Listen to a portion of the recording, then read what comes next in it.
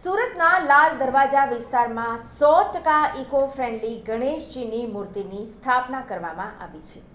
હાલ global warming સતતને સતત વધી રહ્યું છે। વૃક્ષો દિવસે દિવસે કપાઈ રહ્યા છે, જેથી વાતાવરણમાં ફેરફાર જોવા મળી રહ્યો છે।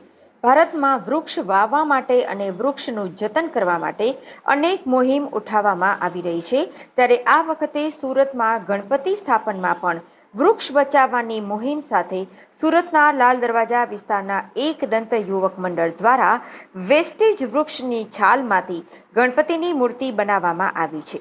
વેસ્ટેજ વૃક્ષની છાલમાંથી મૂર્તિ બનાવવા માટે મૂર્તિકારોને 45 દિવસ જેટલો સમય લાગ્યો હતો। આ મૂર્તિની ઊંચાઈ 11 ફૂટ છે, જેની અંદર 200 કિલો ઘાસ અને 300 કિલો માટી સાથે 70 થી 80 જેટલી લાકડાની છાલોથી આ મૂર્તિ તૈયાર કરવામાં આવી છે। આ સાથે જ આ મૂર્તિની અંદર ઇકો ફ્રેન્ડલી વોટર કલરનો ઉપયોગ કરવામાં આવ્યો છે। આ મૂર્તિની આસપાસ કુદરતી વાતાવરણનો નજારો બનાવવામાં આવ્યો છે। તેમાં પણ વૃક્ષની કુદરતી રીતે તૂટી પડેલી ડાળીઓનો ઉપયોગ કરી બગીચો તૈયાર કરવામાં આવ્યો છે। સાથે સાથે પક્ષીઓના માળા પણ મૂકવામાં આવ્યા છે। આ યુવક મંડળ દ્વારા છેલ્લા 4 વર્ષથી શ્રીજીની સ્થાપના કરવામાં આવે છે, જેમાં દર વર્ષે અલગ અલગ થીમ રાખવામાં આવે છે। ત્યારે આ વર્ષે સંપૂર્ણ ઇકો ફ્રેન્ડલી ગણપતિનું સ્થાપન કરવામાં આવ્યું છે। એટલું જ નહીં, આ ગણપતિની પૂજામાં વપરાતી અગરબત્તી પણ ઇકો ફ્રેન્ડલી જ છે।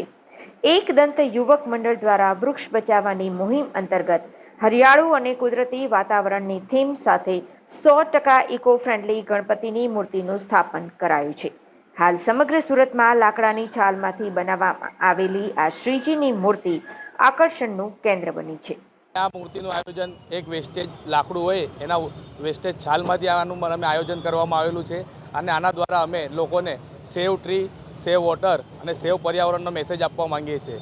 તે લાલ દરવાજા ખાતે અમે આ મૂર્તિની સ્થાપના કરેલી છે, અને આને 10 દિવસ માટે મંડપમાં અમે શ્રી દર્શન માટે બિરાજમાન રાખવાના છે। ક્યાંથી વિચાર આવ્યો આ વેસ્ટેજ એક લાકડામાંથી આખો આયોજન?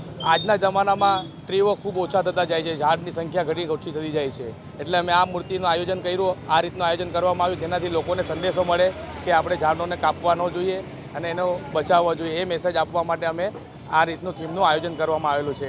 આ થીમ અમે આખી નેચરલી બનાવવામાં આવી છે, અને જંગલ થીમ પર અમે આ મૂર્તિનું આયોજન કરવામાં આવેલું છે। એવું લોકોમાં આકર્ષણ છે, ખાસ કરીને મૂર્તિને લઈને? લોકોનું તો એકદમ ખૂબ જ આકર્ષણ છે, લોકો જોવા માટે ઉત્સુક થઈ રહ્યા છે। અમે આનું આવતીકાલથી મંડપમાં અમે બિરાજમાન છે, અને 10 દિવસ માટે આનું લોકોને દર્શન માટે અમે મૂકવામાં આવેલા છે। શું મેસેજ આપશો? ખાસ મેસેજ તો એક જ આપવાનો છે કે સેવ વોટર, સેવ ટ્રી અને સેવ પર્યાવરણ, આના માટે અમે આ